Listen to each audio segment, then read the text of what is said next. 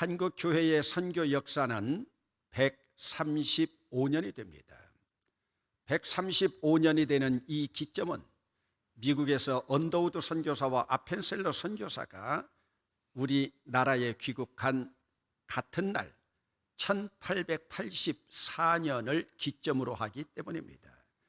이들이 선교를 시작하면서 한국의 장로교회와 감리교회를 기틀로 해서 복음의 씨앗을 뿌리기 시작합니다. 그리고 그 이후로 많은 선교사들이 파송되어 한반도에서 활동을 했는데, 그러면 기독교 부흥의 불길은 언제부터 점화가 되었을까요? 기독교 부흥의 불길이 붙었던 때는 민족이 아픔을 토해내고 한반도가 몸살을 앓기 시작하면서부터입니다. 민족이 아픔을 겪고 한반도가 몸살을 앓고 있으니 나약한 백성들은 자기들의 힘으로 어쩔 수 없는 좌절감에 빠져서 울분만 토해내고 있었습니다. 그러면 왜 한반도가 그렇게도 심한 몸살을 앓고 백성들은 이러지도 저러지도 못할 운명에 울분만 토해내고 있었을까요? 당시 사대주의 사상으로 실제로는 청나라의 지배를 받던 조선은 사면 초가의 상황이었습니다. 조선 땅은 이미 청나라 세력권 안에 들어가 있었고, 그 세력권을 몰아내고 조선을 자기 손아귀에 잡으려고 하는 외놈들, 그리고 극동 지역의 부동항이라도 하나 구축하기 위해서 마술을 뻗치고 있는 러시아의 손아귀에서 조선은 헤어날 수가 없었습니다. 참으로 안타까운 현실이었습니다. 아니나 다를까 침략의 야욕을 보이던 일본이 조선을 발판 삼아서 쑥대밭으로 만들면서 청일 전쟁에서 승리를 합니다. 승리한 그 여세를 몰아서 러일 전쟁을 일으켜서 러시아 세력을 이 땅에서 몰아내면서 조선을 병합하려고 하는 그들의 마술을 노골적으로 드러냅니다.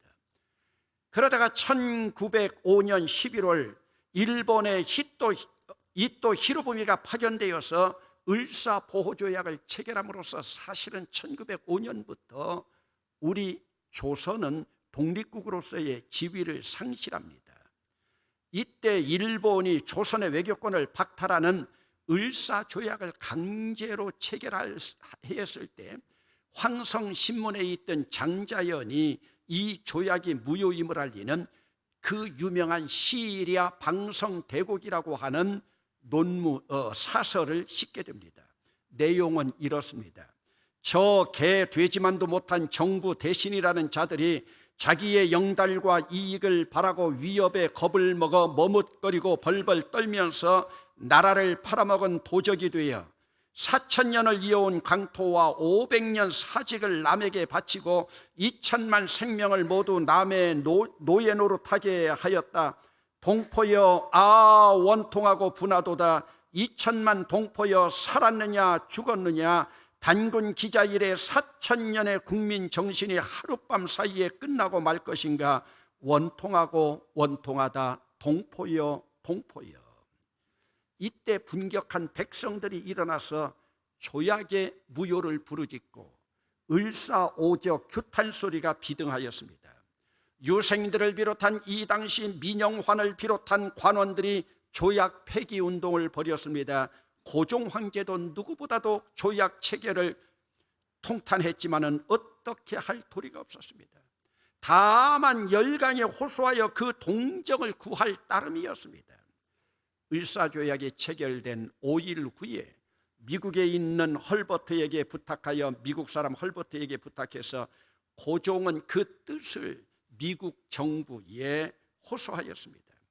내용은 이렇습니다. 짐은 청칼의 위협과 강요 아래 최근 한일 양국 사이에 체결된 소위 보호조약이 무효임을 선언한다. 짐은 이에 동의한 적도 없고 금유에도 결코 아니할 것이다. 그러나 여러분, 이 호소문은 묵살되었고 심지어 이것이 일본의 통고까지 되었습니다. 1907년 네덜란드 헤이그에서 만국 평화 회담이 열린다고 하자 이상설 이준 이위종이 밀사로 그곳에 가서 호소했지만 일본의 방해와 열강에 비협조로 회의장에 들어가지도 못했습니다. 이러한 울분이 쌓여가고 있을 때 헤이그 밀사 사건을 빌미로 일제에는 고종을 강제로 퇴위시킵니다.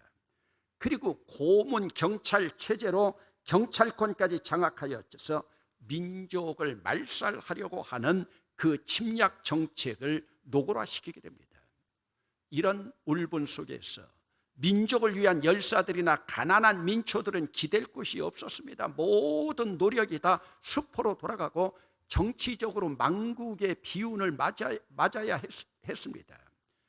그러면서 민족 안으로는 아무리 백성들이 소리가 그 하늘에 사무치도록 절규하고 있어도 들어주는 이도 없고, 그래서 스스로 목숨을 끊어 순국하는 애국지사들이 일어나고 의병이 일어나도 밖으로 아무리 한국 독립을 호소해도 우리의 애끓는 소리에 귀를 기울이는 자 아무도 없었습니다. 그래서 잃은 나라를 되찾을 수가 없었습니다. 여러분, 나라 잃은 민족들 경제적으로도 착취당했습니다. 거의 모든 지하자원과 토지는 무슨 구실이든지 구실을 다 붙여서 다 빼앗아가니 국내에 남아있는 백성들은 살아가기가 어려워집니다. 농토를 잃어버린 이들 할 수 없이 쪽박을 차고 이때 만주로 연해주로 조국을 뒤로 하고 이민 갈 수밖에 없었습니다. 깊은 좌절감이 조선을 엄습하고 있었습니다. 절망이 온누리에 차 있던 이때 1907년 한국교회의 대부흥의 불길이 일어납니다. 평양 장대현 교회에서 불붙은 성령의 불길은 삽시간에 삼천리 반도 금수강산 전 교회로 번지면서 한국교회는 선교 역사에서 전무후무한 교회로 나아가게 됩니다. 여러분, 그렇다면 이스라엘 민족의 부흥운동은 언제부터 일어났겠습니까? 나라 잃은 망국한 속에서 고통받던 이스라엘의 회복운동은 밖으로는 바벨론이 망하고 페르시아가 정복하기 시작하면서 고레스 원년에서부터 시작이 됩니다. 그리고 국내적으로는 이미 스룹바벨을 통해서 1차 회복운동이 일어났고 에스라를 통해서 2차 회복운동이 일어납니다. 이 회복운동은 느헤미야를 통해서 민족 부흥운동으로 확대되어서 전개됩니다. 그리고 1년에 이런 모든 회복운동의 밑바닥에는 포로 생활의 절망 가운데서도 한 줄기 빛으로 다가왔던 다니엘과 에스겔과 같은 예언자 선지자들, 그리고 모르드게와 에스더와 같은 죽으면 죽으리라고 하는 민족주의 애국자들이 있었기 때문입니다. 그러기에 신앙에 있어서, 역사에 있어서 트래디션이라고 하는 그 전통, 전승이라고 하는 것은 참으로 중요합니다. 느헤미야의 민족 회복운동은 예루살렘 성벽 건축부터 시작됩니다. 이 성벽 건축은 민족이 하나 되는 구심점이었습니다. 그 구심점으로 시작이 되어서 참으로 민족을 사랑하는 애국자 느헤미야가 있었습니다. 그는 성벽을 완공하고는 성벽 완공으로만 끝나지 않고 영적 대부흥운동을 전개합니다. 이 일을 위해서 자기는 뒤로 쭉 빠지고 학사 에스라를 앞세웁니다. 에스라의 말씀 강론으로 그들은 율법을 회복하고 율법을 깨달으면서 자기들 조상들이 하나님의 말씀에 얼마나 의지하면서 신앙으로 나왔는가를 돌아보면서 민족 정기를 회복합니다. 그리고 그 말씀을 깨닫고 그 말씀을 모두가 그들의 가슴에, 그들의 마음에 새겼다고 기록하고 있습니다. 여러분, 가슴에 새겨진 그 말씀은 그들이 비운했던 역사와 함께 조상들의 위대한 신앙과 함께 연결고리가 되었습니다. 이것을 느헤미야는 이렇게 기록하고 있습니다. 느헤미야 8장 9절입니다. 백성이 율법의 말씀을 듣고 다 우는지라. 백성이 율법의 말씀을 듣고 다 우는지라. 여러분, 그들이 말씀을 듣고 왜 울었을까요? 억울했어요? 안타까웠어요? 슬펐어요? 여러분, 이 모든 말씀이 다 포함되지만 특별히 그들은 자기들이 말씀대로 살지 못한 것을 깨닫고 울고 통곡했지요. 그러다 보니 말씀대로 살아야 한다던 조상들의 말씀이 생각이 났고, 말씀을 잃고 보니 성전도 잃고 예배도 잃고 나라도 잃게 된 것을 깨달았어요. 그러므로 그들의 울음, 그 울음은 회개의 눈물과 동시에 감격의 눈물이었고 새로운 결단과 다짐의 눈물이었습니다. 새로운 다짐을 한 그들은 기쁨으로 성의를 지키면서 먹고 마시면서 나누어지면서 크게 즐거워했다고 성경에 기록하고 있습니다. 이는 그들이 그 읽어 들려준 말을 밝히 알미라. 에스라가 그들에게 읽어 들려준 말을 그들이 밝히 가슴에 새기면서 알게 되었다고 하는 말씀 속에서 우리는 알 수가 있습니다. 여러분, 하나님의 말씀을 밝히 알면 깨달아집니다. 그리고 이 신앙의 전통을 이어준 조상들에게 감사하게 됩니다. 여러분, 그러다 보면 역사까지도 고맙게 됩니다. 그러기에 여러분, 역사는 고달픈 역사나 포로 생활의 역사나 한 맺힌 역사나 다 그 민족에게는 소중하고 귀합니다. 왜요? 그 역사는 그 민족의 회복을 위한 디딤돌이기 때문입니다. 그러면 여러분, 이스라엘 민족이 어떻게 민족 정기를 회복한 후에 그들이 제일 먼저 하나님 말씀으로 돌아갔을까요? 그들이 제일 먼저 행한 일이 무엇입니까? 그들의 민족 정기는 바로 절기였습니다. 마침 7번째 달인 티시리월이었던 그 달에 그들은 초막절을 행합니다. 나뭇가지를 꺾어다가 초막을 짓고, 그리고 그 초막 속에서 이전 광야 초막살이 시절에 그들 조상들이 어떻게 살아왔는가 역사와 민족 정기 교육과 신앙 교육을 시킵니다. 장장 1회 동안입니다. 일주일 동안이나 그들은 교육을 시켰습니다. 여러분, 이것은 그들이 나라를 잃은 지 140여 년 만에 감격으로 맞는 초막절이었습니다. 백성들이 얼마나 감격했겠습니까? 성경에서는 이렇게 기록하고 있습니다. 느헤미야 8장 17절입니다. 사로잡혔다가 돌아온 회중이 다 초막을 짓고 그 안에서 거하니 눈의 아들 여호수아 때로부터 그날까지 이스라엘 자손이 이같이 행한 일이 없었으므로 이에 크게 기뻐하며. 여러분, 여기서 한번 하나님의 기쁨을 생각해 봅시다. 하나님은 약속의 땅인 가나안 땅에 들어간 이스라엘 백성들이 지켜야 할 의무 가운데 제사와 절기를 얼마나 강조하셨는지 모릅니다.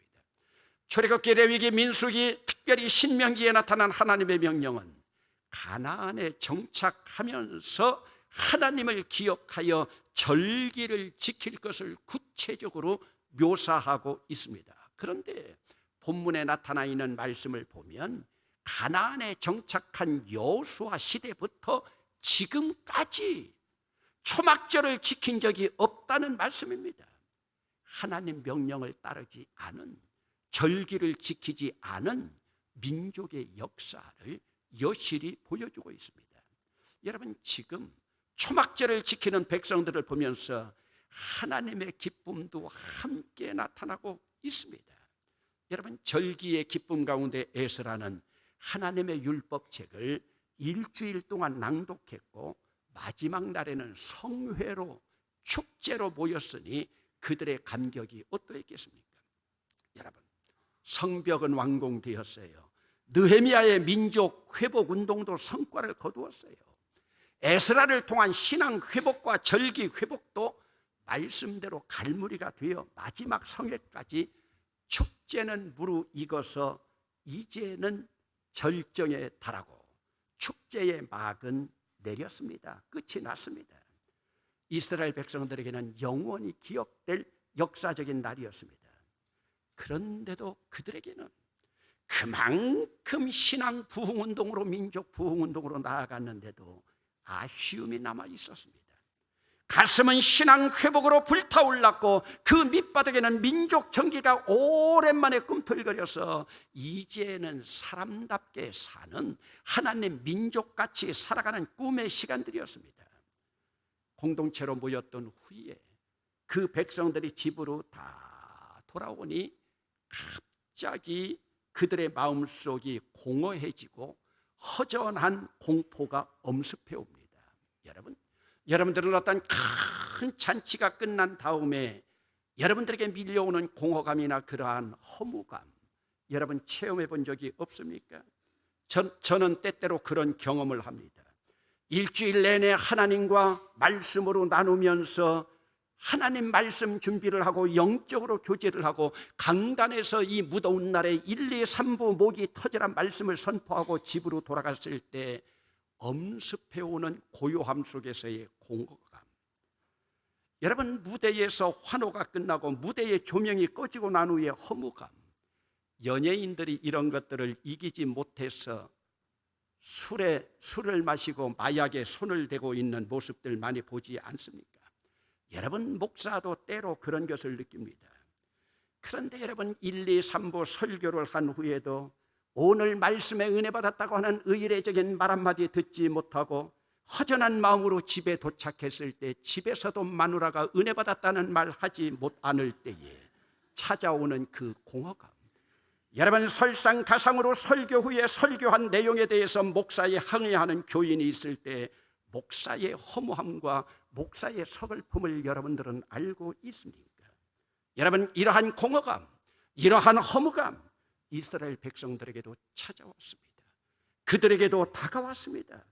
여러분, 7째 달 티시리월 첫날부터 시작된 서문학 광장의 회개운동, 학사 에스라를 통한 새벽부터 정오까지의 말씀운동, 그리고 여러분 15째 되는 15일부터 일주일 동안 22째 날까지 계속된 초막절, 그리고 초막절 마지막 날의 성일의 축제 등등. 여러분, 그들은 오랫동안 경험하지 못했던 경험을 20일 동안 꿈꾸는 것 같이 경험했습니다. 그리고 여러분, 이제 축제의 마지막 성일을 마치고 초막절을 위해서 꺾어왔던 나뭇가지들을 다 정리한 후에 집으로 돌아가니 공허함, 허무감이 그들에게 밀려왔습니다. 집에 돌아가 앉아있는데도 공동체의 울부짖음과 에스라의 율법책 낭독 소리가 귀에 쟁쟁거렸습니다. 그 자리를 마련해 주었던 애국자 느헤미야의 모습도 눈에 선했습니다. 여러분, 이런 공허함과 허무감 속에서 그들은 다시 수문학 광장에 모입니다. 누가 모이라고 한 것도 아닙니다. 소집자가 있는 것도 아닙니다. 여러분, 초막절 절기까지 지켰고 에스라 말씀 강론을 깨달았지만 무엇인가 그들에게는 공허감 속에서 2%가 부족한 것을 느꼈습니다. 그들은 다시 모였습니다. 여러분, 7째 달 22일까지가 초막절이라면 여러분, 오늘 본문 1절을 주목해 보세요. 그달 20 나흔 날이로 시작합니다. 그러면 여러분, 초막절이 22날까지 맞춰지고 초막절 나무가지를 정리하고 난 이틀 후에 그들은 또다시 모입니다. 여러분, 지금까지 느헤미야서의 각 장의 주어를 보면은 그 주어가 느헤미야나 에스라나 제사장이나 심지어는 그들의 원수인 산발랏이나 도비아였습니다. 그들에게는 그들을 인도하는 지도자가 있었습니다. 그리고 그들을 소집하는 소집자가 있었습니다. 그런데 여러분, 9장에 와서는 주어가 무엇입니까? 여러분, 9장의 주어는 이스라엘 자손입니다. 어떤 지도자나 어떤 소집자나 어떤 인도자나 강제하는 자가 없습니다. 모두가 자진해서 자기가 주도적으로 적극적으로 참여하면서 수문학 광장에 모였습니다. 그리고 그들은 모여서 금식하며 굵은 베옷을 입고 티끌을 무릅쓰며 자복했다고 성경 기록하고 있습니다. 여러분, 말씀을 깨닫고 나니 자진해서 그들은 이방 사람들과 절교하면서 이방 사람들의 가증한 삶을 끌었습니다. 서서 자기의 죄와 조상의 허물을 자복했습니다. 그들은 회개함으로 절기의 온전한 완성까지를 자진해서 보았습니다. 여러분, 하나님이 얼마나 기뻐하셨을까요? 그들은 140년 동안 폐장병처럼 있던 이스라엘 백성들, 이제는 그들이 자진해서 자발적으로 스스로 자기들의 신앙을 이끌어갈 수 있는 성숙한 모습을 오늘 9장에서 보여주고 있습니다. 여러분, 우리의 신앙이 성숙해지고 우리의 영성이 깊어지면 우리의 신앙은 스스로 자진해서 자기가 관리하게 됩니다. 말씀을 깨닫고 그 말씀이 가슴에 새겨지면 가르치는 사람이 없어도 자진해서 영적인 단계에 스스로 이르러 가고, 그리고 자기가 다른 사람들을 이끌어가면서 영향력을 미칩니다. 이런 사람들은 사람을 의식하지 않습니다. 다만 하나님만 바라봅니다. 이런 사람들은 영적인 삶이 체질화가 된 사람입니다. 이것이 바로 중세교회에서 보여주고 있는 수도원의 영성입니다. 누가 가르치지 않아도 자기 스스로 나아가는 길입니다. 누가 시켜서 하는 일이 아닙니다. 그래서 여러분, 느헤미야의 이 신앙 회복 운동, 민족 회복 운동은 의미가 있습니다. 여러분들에게는 신앙 생활을 위해서 언제까지 지도자가 있어야 됩니까? 여러분, 우리 대본교회가 발전하기 위해서는 우리 대본교회가 목사가 없어도 되는 교회까지 이르러야 됩니다. 언제까지 지도자를 의지하겠습니까? 여러분, 지금까지 신앙생활 한 연조가 얼마나 됩니까? 영성의 사람은 내 자신이 스스로 적극적으로 자발적으로 성령님만을 의지하면서 하나님을 향한 신앙과 신뢰로 나아갑니다. 그러면서 그 공동체는 스스로 세워져 나갑니다. 여러분, 오늘 본문 3절 말씀입니다. 이날에 낮 4분의 1은 그 제자리에 서서 그들이 하나님 여호와의 율법책을 낭독하고 낮 4분의 1은 죄를 자복하며 그들이 하나님 여호와께 경배하는데, 여러분, 그들은 낮 동안의 시간을 나누어서 말씀과 회개 기도로 하나님을 경배하는 예배로 나아갔습니다. 여러분, 오늘 우리는 언제쯤 영적인 성숙을 위해서 자발적으로 나 홀로라도 나갈 수가 있겠습니까? 여러분, 이제 처서가 지나고 9월이 성큼 다가오는 가운데에서 그럼에도 불구하고 민족적인 어려움을 겪고 있는 이때 우리도 스스로 자발적으로 자진하는 신앙으로 십자가 붙들고 새롭게 무르익어가는 가을의 열매를 바라보면서 성숙을 향하여 나아갈 수 있기를 주의 이름으로 축원합니다.